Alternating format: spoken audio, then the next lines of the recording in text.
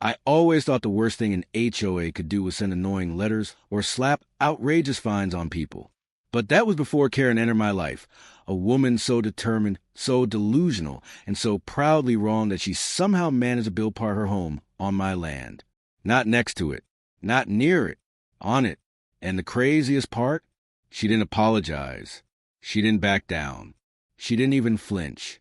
She looked me dead in the eye and said, "You don't really use this part of your property anyway, so what's the big deal?" That was the moment I knew I wasn't dealing with an ordinary neighbor. I was dealing with a Karen powered by an entire HOA board. It all started right after I inherited the land. A quiet, wooded 6-acre plot that used to belong to my grandfather. The old man lived simple, died simple, and left behind the one thing he loved most, his land. He always said, "Property is power. Never forget that." At the time, I didn't fully understand what he meant. I understand now. Because the moment I took ownership, I walked straight into a war I didn't start, but one I was absolutely going to finish. The first sign something was wrong appeared the day I drove up the gravel road and noticed a weird shape peeking through the trees. It looked like scaffolding. At first, I thought maybe some utility workers were repairing something. But as I got closer, my stomach dropped. Walls, fresh lumber, concrete footers, and a team of contractors casually walking around like they own the place. I parked so fast I almost hit a tree. I jumped out, marched straight to the nearest worker, and asked what the hell they were building. "Ma'am's new sunroom," he replied, not even looking up. "HOA approved everything last month." "Which ma'am?" I asked. He pointed across the cul-de-sac, and there she stood. Karen, sunglasses too big for her face, phone in her hand, lips pursed like I was the inconvenience.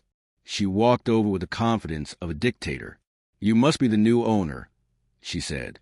"Don't worry. The HOA and I already handled everything. We agreed to extend the property line a bit to make room for my remodel. You'll barely even notice it." I blinked because I was sure I misheard. "You extended my property line?" "Temporarily," she replied. "Since you weren't here and the land was basically abandoned, the HOA granted approval on your behalf." "That's not a thing," I said. "It is now," she said, and then she walked away. I stood there speechless, staring at the foundation of a building being constructed on my property, with permits that apparently her HOA approved for me, without ever talking to me, calling me, emailing me, or even pretending to ask. That's when I realized something very important. Karen wasn't stupid. She was strategic. She knew I lived 2 towns over. She knew the land looked unused. She knew I wasn't part of the HOA. She knew their rules couldn't legally apply to me. But she also knew one more thing. Most people don't like conflict. Unfortunately for her, I am not most people. The next morning, I returned with a land surveyor. Karen saw him measuring and stormed over like she owned the place. "What is this?" she demanded. I ignored her. The surveyor didn't. He pointed at a bright orange stake he had just placed into the ground and said, "This stake marks the legal boundary line.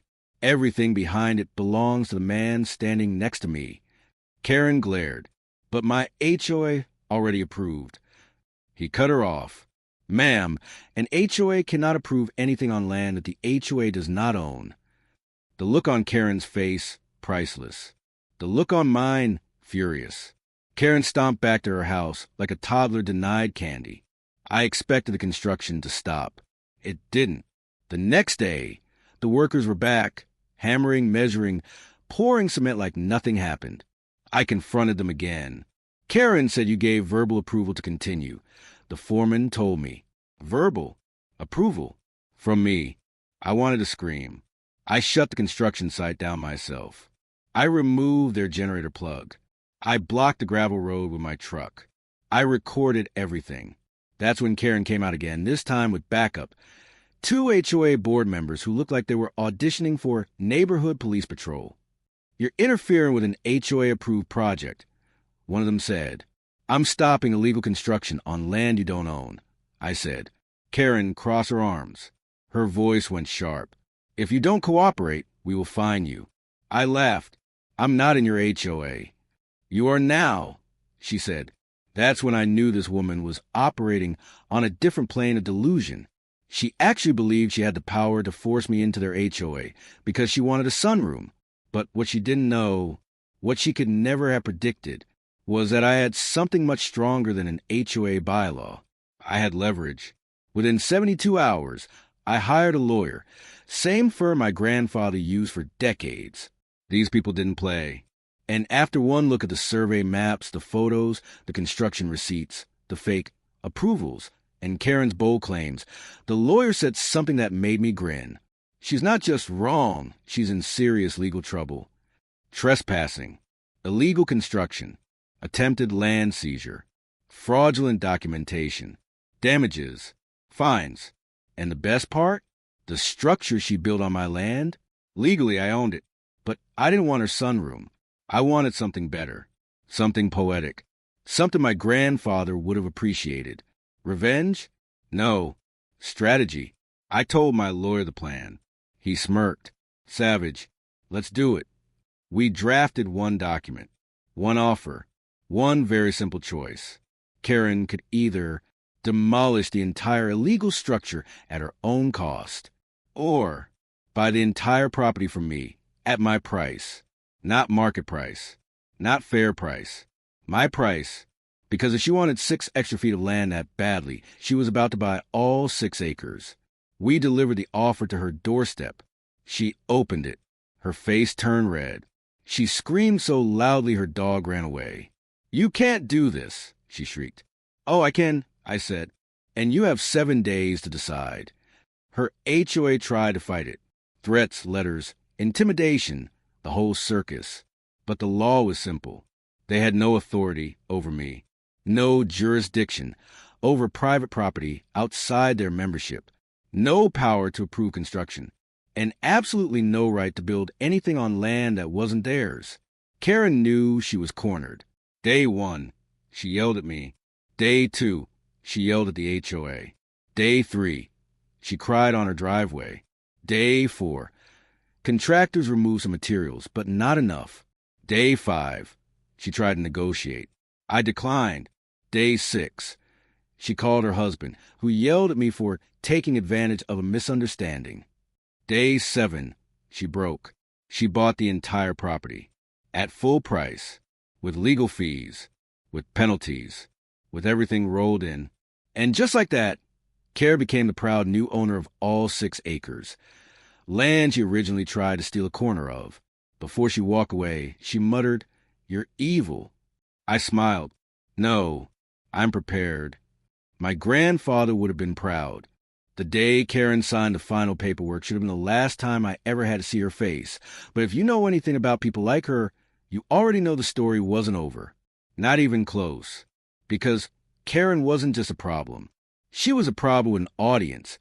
An entire HOA board that believed they were generals in some suburban army. And the moment she bought my land, they treated her like a fallen hero returning from battle. The HOA president himself waddled up to me afterward, puffing out his chest like he was preparing for a duel. "You should be ashamed," he said, "taking advantage of a neighbor like that. She built a structure on MY land." I replied, "You all approve construction on property you don't own." He smirked. "The HOA has authority over this entire community." "Not over me," I said. "Not over private property outside your boundaries. Not over the land you just forced her to buy." He blinked. Twice. Like the idea hadn't occurred to him until it was too late. And that's when I realized something important. The HOA wasn't angry at me for protecting my land. They were angry because I'd reminded them of something they hated more than anything. Their authority has limits. Kara may have purchased a property, but she did it out of desperation, and at a price she couldn't afford. I didn't know at the time, but that choice would unravel her life far beyond what I ever intended. 2 weeks passed. The land was hers now. I moved on. Or, at least, I tried to. One morning, while I was having coffee, my phone buzzed. Unknown number. "Is this the owner of the 6-acre parcel near Maple Ridge?" A voice asked. "Not anymore," I said. "Sold it recently." "That's what I thought," he said, sighing. "Well, you might want to know that the new owner just filed a complaint." My eyebrow raised. About what? She claims you misled her. She's demanding we reverse the sale. I nearly choked on my coffee. Reverse the sale. Reverse a legal agreement she signed willingly. Reverse the consequences of her own stupidity. Classic Karen behavior. I told the man exactly what happened. He stayed silent for a moment. Yeah, he finally said, "That's what we suspected. We received multiple reports about this HOA causing trouble beyond their jurisdiction. We're opening an investigation." I thanked him and hung up. I thought that would scare Karen straight. It didn't. A few days later, I heard from my lawyer. He was laughing before he even finished saying hello. "You won't believe what they tried," he said. "I probably will. They tried to file a zoning violation against you for a structure they built on your land before they bought it." "What?" "They're claiming you allowed illegal construction on your property, and now the HOA wants the city to fine you for it." I blinked so hard I swear my vision reset. "They built it," I said. "They approved it. They moved the workers onto my land. I didn't do anything."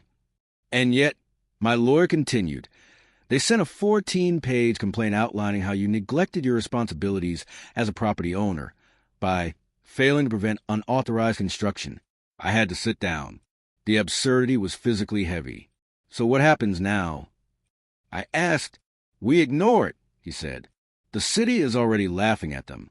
But this tells me something. They're not done with you." And he was right. Karen losing money wasn't enough for her. The HOA losing face wasn't enough either. They wanted revenge. And like all incompetent villains, the way they tried to get it was stunningly stupid. One evening, I drove out to see my grandfather's old land, not because it was mine anymore, but because I wanted closure. I parked near the familiar gravel road, walked along the tree line, and looked over the fence. What I saw confused me. Karen was standing with two men, not contractors, not surveyors, but what looked like real estate agents.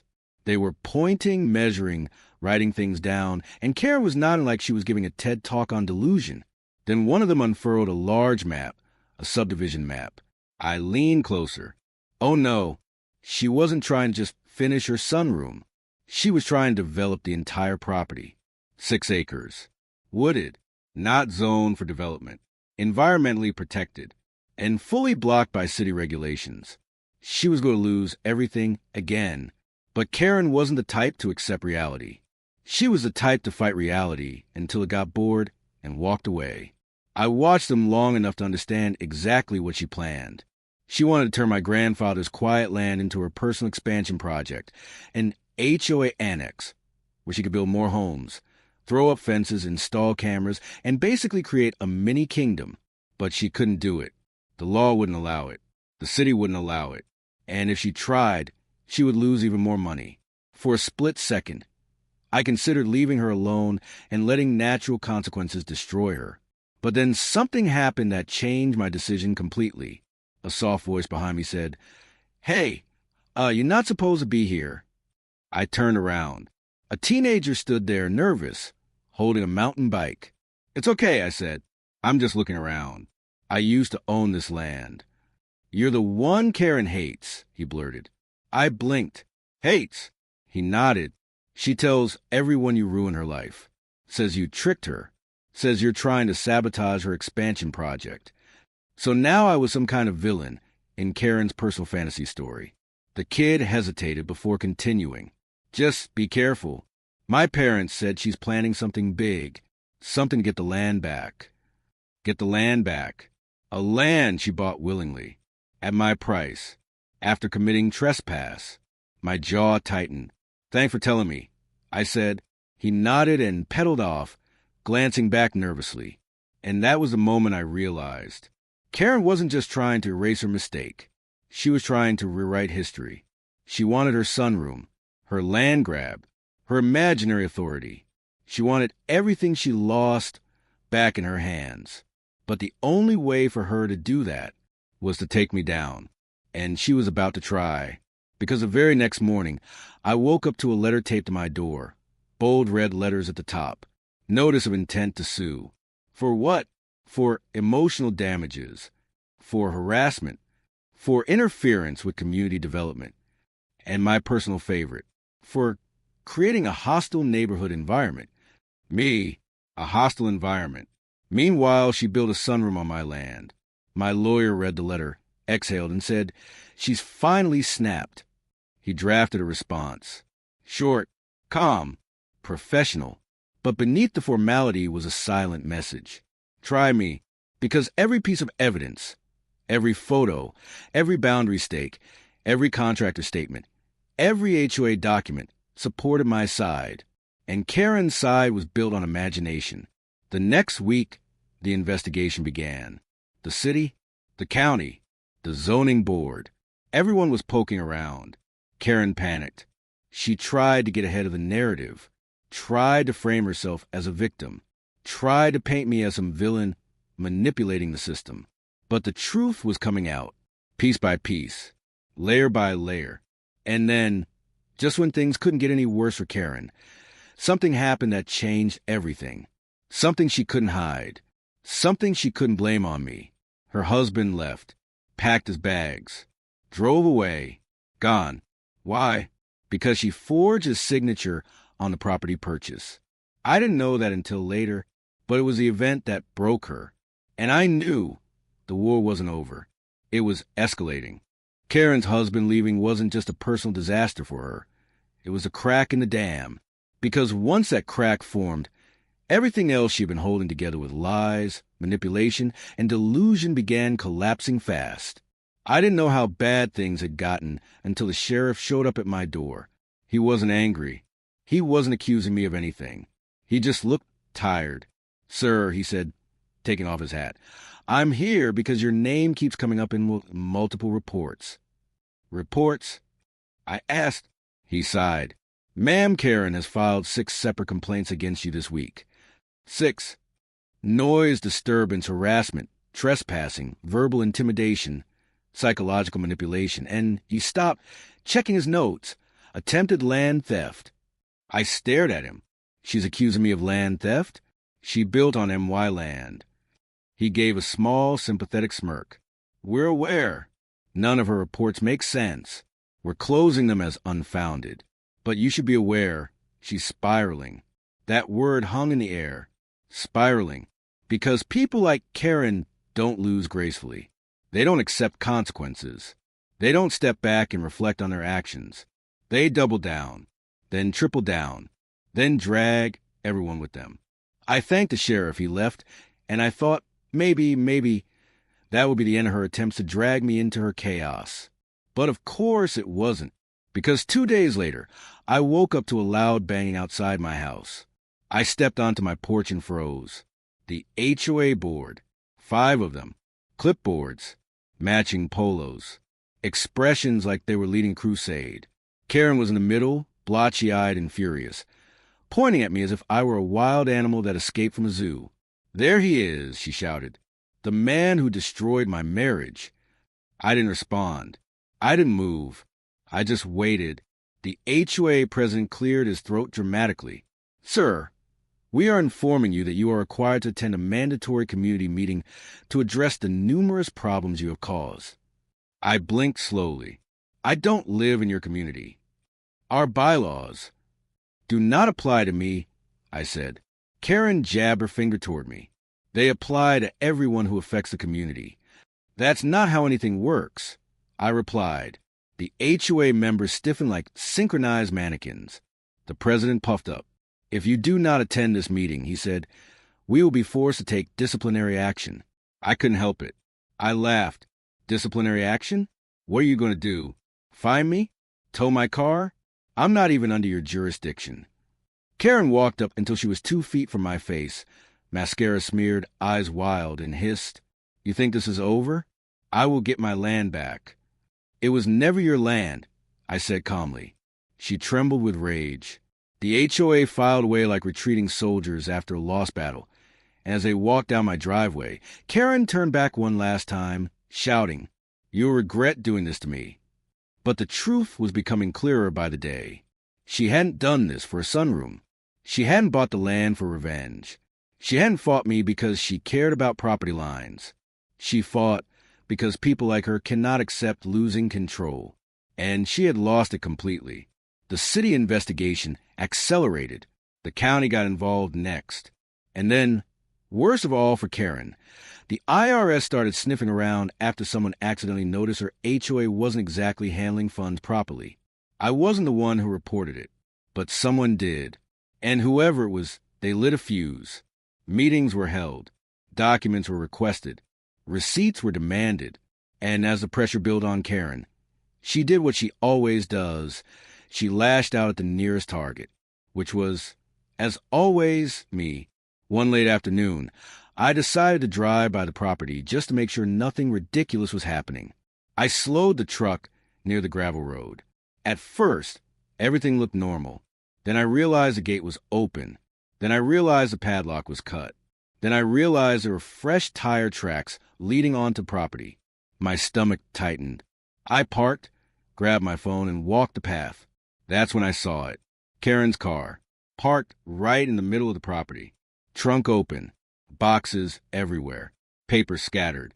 She was pacing in circles, talking to herself, hands in her hair. But I didn't announce myself. I watched. Stupid, stupid, stupid, she yelled, kicking the ground. Why didn't he just let me build it? Why didn't he just stay out of it? Why does everyone ruin things for me? Then she stopped, and the expression on her face changed. She looked at the trees around her, at the open space, at the 6 acres she had desperately, foolishly, pointlessly bought, and she whispered something that made my blood run cold. I'll just say he threatened me here. I'll say he trespassed. I'll say he attacked me. Then they'll have to give the land back. She wasn't spiraling anymore. She was plotting, planning to commit a crime, planning to file a false police report, planning to ruin my life to fix hers. Before she could say anything else, I stepped forward and said, "That's enough." She spun around, startled, face white. You, what are you doing here?" "I'm on a public path," I said. "You're on your property. And I just heard everything." She froze. Her eyes darted. Her throat tightened. "You can't prove anything," she whispered. I raised my phone. The screen was recording. Her face drained of color. "You're recording me?" she barked. "You were planning to accuse me of a crime I didn't commit," I said. "I'm protecting myself." She lunged toward me, not swinging, not hitting, just reaching for my phone. But that was enough. I stepped back. She stumbled. She fell to the dirt, screaming. "You assaulted me," she shrieked, pointing at me like she was summoning lightning. "You saw that. He assaulted me." There was no one else there. No witnesses. No cameras. No HOA board. No audience to applaud her performance. Just me, her, and my phone recording everything. "You need help?" I said quietly. She screamed louder. Her voice cracked. She didn't stand up. "You ruined my life," she wailed. "You did this. You destroyed everything." The sound echoed through the trees. And in that moment, I realized something overwhelming and sad. I wasn't fighting an enemy. I was fighting a collapse. Karen wasn't just malicious. She wasn't just entitled. She wasn't just vindictive. She was broken. And instead of repairing herself, she was trying to fix the world around her into shapes that fit her fantasies, even if she had to destroy people along the way. I pulled up the city investigator's number, called, told him everything I witnessed, sent the recording. He asked for one sentence. "Do you want to press charges?" I looked at Karen, sobbing, shaking, lost. "No," I said. "I just want this to end." But things ending cleanly is rarely how life works, especially with Karen, because the next morning, everything exploded.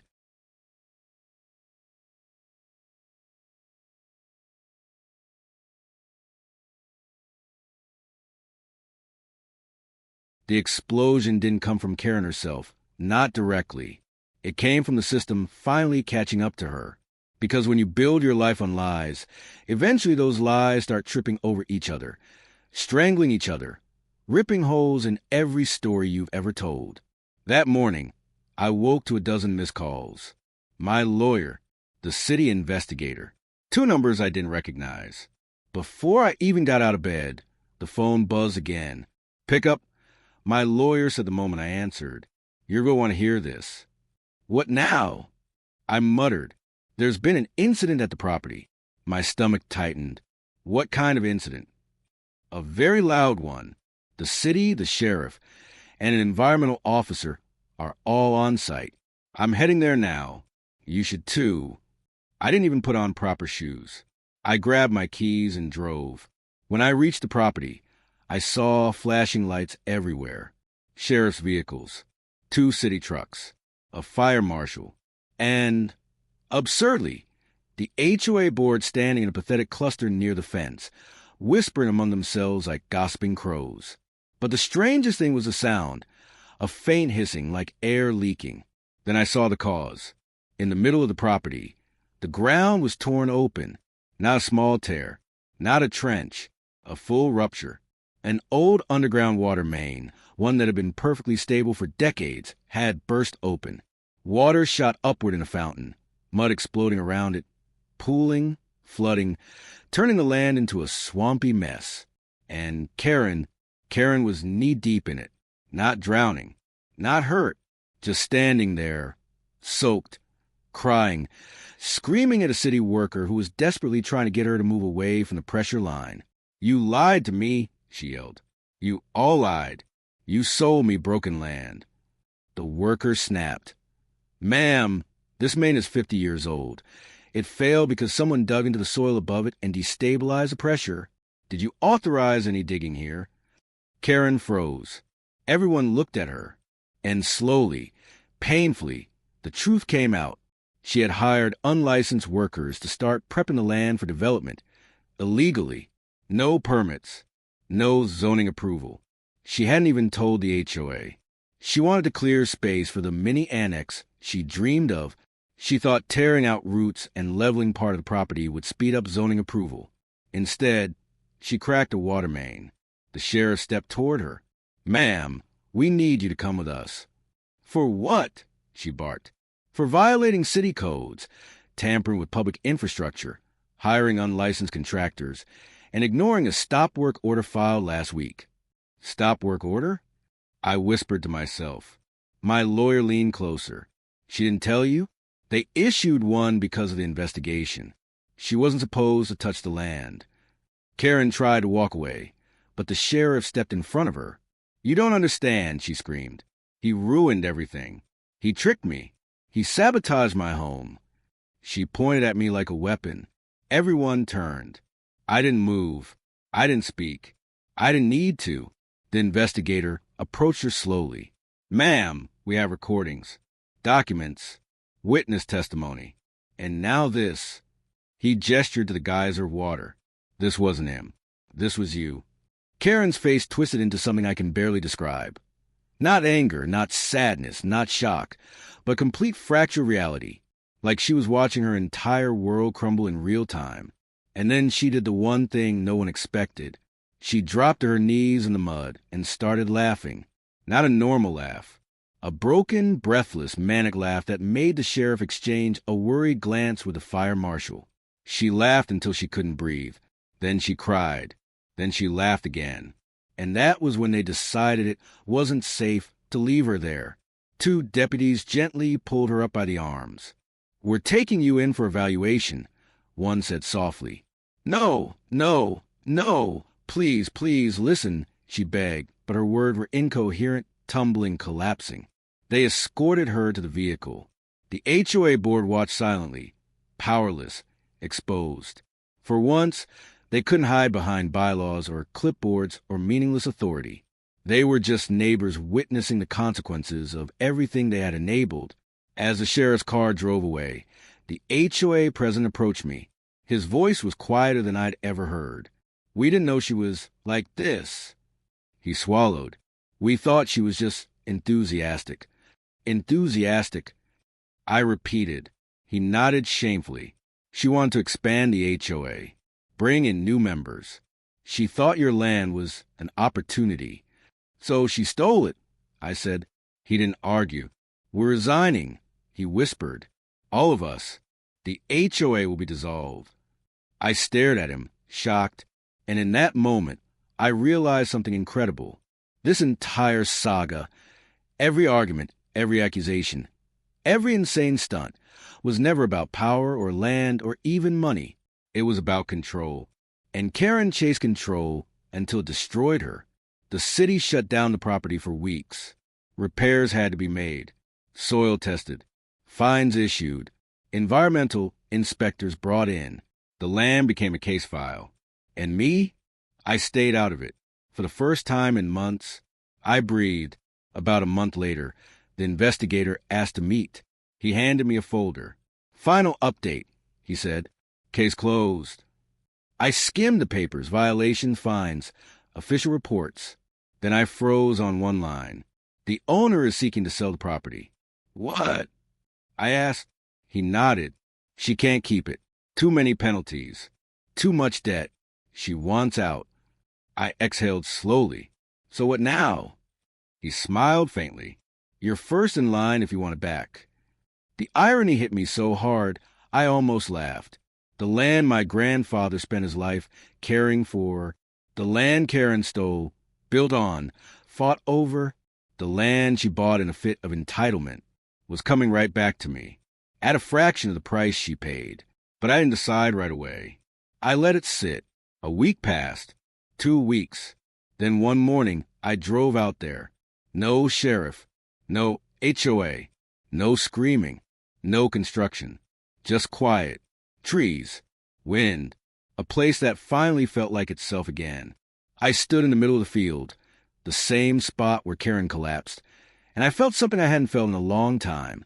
Closure, not victory, not revenge, not triumph, just peace. I bought the land back, not because I wanted to punish her. Life had already done that.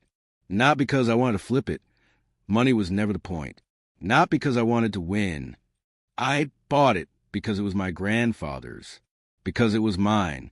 Because some things matter more than fights, dramas, and HOA nonsense. Karen moved away, out of the city. Rumor said she was staying with family, getting help, trying to rebuild her life. I didn't hate her.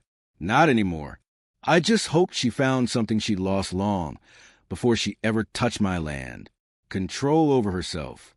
And as for me, I fixed a fence, cleared the debris, walked the paths my grandfather once walked, let the land breathe again. And standing there one evening, with the sun setting through the trees, I realized something simple. Sometimes the universe takes the long, painful route just to return something to where it always belonged. And that's how I got my land back, not by fighting, but by letting the truth do the work for me. If you enjoyed this story, make sure to subscribe.